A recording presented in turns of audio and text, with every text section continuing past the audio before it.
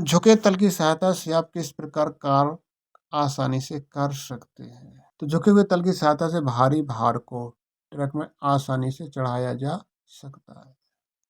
अब जैसे तल झुका हुआ हो, कैसे भी हो, ऐसे झुका हो या ऐसे झुका हो, तो यहाँ पे कार आसानी से होगा ना यहाँ से। वैसे तो आप चढ़ नहीं सकते, लेकिन यहाँ से पूरा डाल दिए खिसक के यहाँ जाएगा, आसानी से खिसक जाएगा। यहाँ से उतार बहुत उसमें मेहनत लगेगी। तो झुके हुए तल पर जो भारी भार को ट्रक में आसानी से चढ़ाया जा सकता है। जैसे आप किसी ट्रैक्टर को चढ़ा रहे हैं, एक झुका हुआ तल लगा दें, पटिया लगा दें बड़े बड़े इसी रूप में, तो जल्दी चढ़ा जाएगा। तो कोशिका क्या है कि जैसे ईंट ईंट मिल करके मकान बनता है पूरा, ऐसे कोशिका कोशिका मिल करके पूरा शरीर बनता है। तो मानव शरीर में असंख्य छोटी छोटी जो इकाइयाँ होती हैं, जिनसे मानव शरीर बनता है, उन इकाइयों को हम कोशिका कहते हैं। कोशिका क्या है? जीवन का आधार है। कोशिका शरीर की क्रियात्मक एवं संरचनात्मक इकाई है। केंद्रक क्या है? तो केंद्रक क्या होता है? कोशिका के मध्य में होता है केंद्रक। यह सबसे महत्वपूर्ण अंग है जो कोशिका के मध्य में स्थित होता है। तो कोशिका रस का ही एक सघन पिंड होता है। ये अधिक गहरे रंग का होता है, तो इसे कोशिका में आसानी से पहचाना जा सकता है। केंद्रक ही कोशिका का जीवन है। मतलब केंद्रक क्या है? कोशिका का एक जीवन है। तो ये कोशिका है, ये कोशिका है, मिलकर के शरीर मानव शरीर बनता है, और ये केंद्रक है। एक केंद्रक है, ये कोशिका की जान है, ये कोशिका को जीवित रखता है। तो केंद्रक क्या है? तो केंद्रक कोशिका का एक सबसे महत्वपूर्ण अंग है। यह कोशिका के मध्य में स्थित होता है, और कोशिका रस का घना पिंड है, अधिक गहरे रंग का होता था। कोशिका में ये आसानी से पहचाना जा सकता है। केंद्रक ही कोशिका का जीवन है। केंद्रक जीवद्रव क्या है? तो केंद्रक के अंदर एक गाढ़े तरल चिपचिपा पदार्थ भरा हुआ रहता है, जिसे हम जीवद्रव कहते हैं। जीव के अंदर जो तरल पदार्थ भरा रहता है, उसे हम केंद्रक द्रव्य या जीवद्रव कहते हैं। अब कोशिका के कितने अंग होते हैं?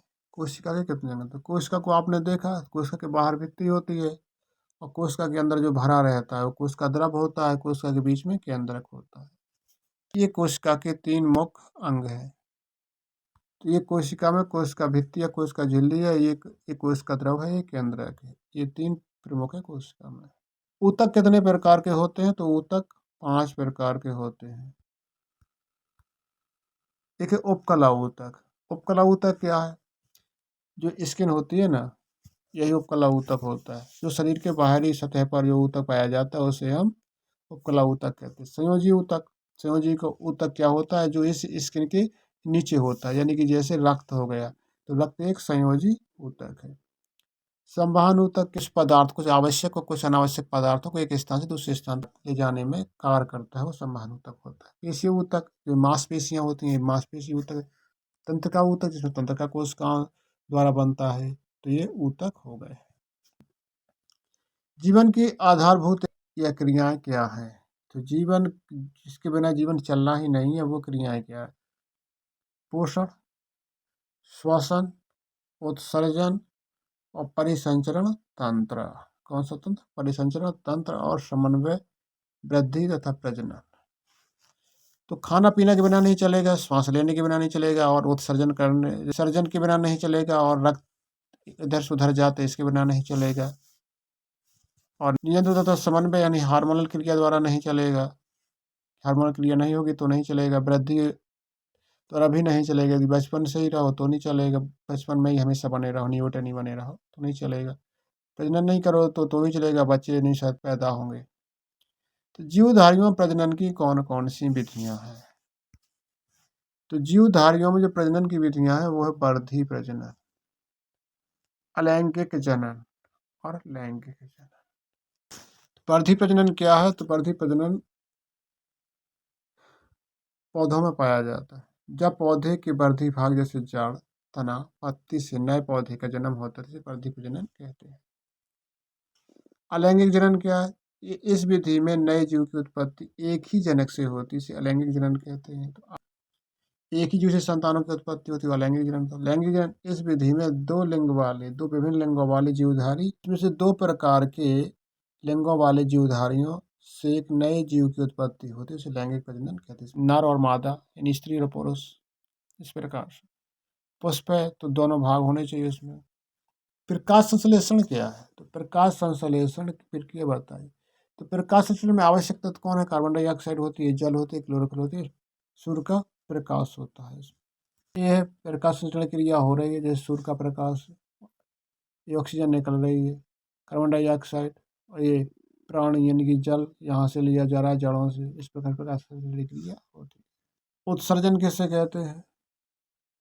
तो शरीर में उपापचय क्रियाओं के बाद, यानी शरीर में पाचन क्रियाओं के बाद जो बेकार पदार्थ बचते हैं उन्हें शरीर से बाहर निकालने की प्रक्रिया ही उत्सर्जन कहलाती है।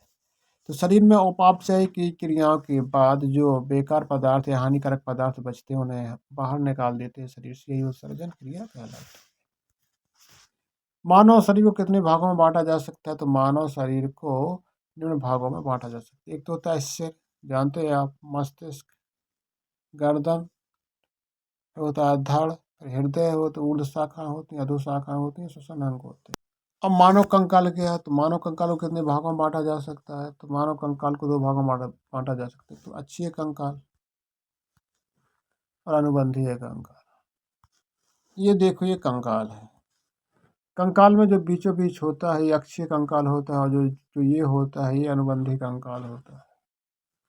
अक्षीय कंकाल जो बीचों बीच होता है ये अक्षीय कंकाल होता है, ये एक अक्ष होता है। पेशियां कितने प्रकार की होती हैं? पेशियां दो प्रकार की होती हैं, जो इच्छानुसार कार्य करती है, जो बिना इच्छा के कार्य करती हैं। इच्छा के अनुसार ऐच्छिक पेशी, बिना इच्छा के अनुसार कार्य करती है, तो ये अनैच्छिक पेशी। अनैच्छिक पेशियां कहाँ पाई जाती हैं?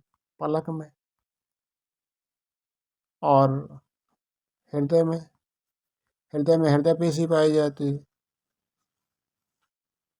और आँख में पाई जाती हैं। अनैच्छिक क्रियाएं जिनका कार्य हमारे मस्तिष्क के कंट्रोल में नहीं रहता है वो अनैच्छिक पेशियां कहलाती हैं। ऐच्छिक पेशियां जिनका कंट्रोल हमारे मस्तिष्क के आधार पर होता है वो से ऐच्छिक पेशियां कहते हैं, मतलब ये इच्छानुसार कार्य करती हैं, वो ऐच्छिक पेशियां। इसमें कितने प्रकार के दांत पाए जाते हैं? तो मनुष्य में 4 प्रकार के दांत पाए जाते हैं। मनुष्य में 4 प्रकार के दांत पाए जाते हैं। पहला प्रकार कौन सा होता है? इंसाइजर होते हैं, कृतांक होते हैं। सामने होते हैं, तो सबसे आगे होते हैं इंसाइजर, फिर इसके बाद कैनाइन चीरने फाड़ने वाले दांत, फिर प्रीमोलर दांत भोजन को काटने वाले या घिसने वाले, फिर मोलर होते हैं बिल्कुल पीसने वाले। भोजन में जो पाए जाने वाले तत्वों का नाम क्या है? तो कार्बोहाइड्रेट, विटामिन, प्रोटीन, खनिज लवण और जल। इस तरीके से राफेज किसे कहते हैं? तो छिलके वाला जो अनाज सब्जियां भोजन होता है, छिलके वाला जो अनाज सब्जियां भोजन होता है उसमें सेलुलोज नामक रेशेदार पदार्थ पाया जाता है, जिसे हम राफेज कहते हैं। विटामिन को कितने समूह में बांटा जा सकता है? तो vitamin A, B, C, D, E K. A, B, C, D, ई 5 तो लगातार फिर के है। किसी एक ऐसे भोज्य पदार्थ का नाम बताइए जंतुओं से प्राप्त होता है? तो दूध है। शरीर वर्धक भोजन किसे कहते हैं? तो प्रोटीन युक्त भोजन को हम शरीर बढ़ाने वाला भोजन कहते हैं। मनुष्य को प्रत्येक दिन में अपने भोजन में कितने पानी की आवश्यकता होती है? तो 1.5 से 2 लीटर पानी प्रतिदिन पीना चाहिए। कुपोषण क्या है? तो कुपोषण क्या है? तो कुपोषण कुत्ता पोषण, अपर्याप्त पोषण। अपर्याप्त पोषण होने से शरीर कमजोर पड़ जाता है और कुपोषण कहलाते हैं। तो पहला है कुपोषण क्वाशियोरकर का, जिसका पेट फूला है। ये क्वाशियोरकर का है और ये मरेस्मस का है। मरेस्मस में बिल्कुल मारा हुआ बच्चा है। घेंगा किसकी कमी से होता है? तो घेंगा आयोडीन की कमी से होता है। भोजन परिरक्षण की कौन कौन सी विधियां हैं? इनकी भोजन को सुरक्षित करने की कौन कौन सी विधियां हैं? तो उबाल कर सुरक्षित करना, या ठंडा करके सुरक्षित करना, या सुखा कर सुरक्षित करना, या अचार तैयार करके, या रसायनों द्वारा डिब्बाबंद करके इन्हें भोजन को सुरक्षित रखा जा सकता है। संक्रामक रोगों के नाम बताइए? तो बता दिया आपने, टाइफाइड, पीलिया, बुखार, खांसी, टिटनेस, हैजा, टीबी।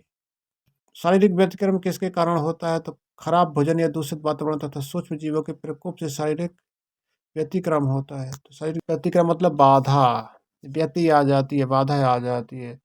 खराब भोजन करेंगे, दूषित वातावरण में रहेंगे, सूक्ष्म जीवों के प्रकोप से नहीं बच पाएंगे, तो यहाँ बाधा आ जाएगी जीवन जीने में। तो संक्रामक रोग किसे कहते हैं?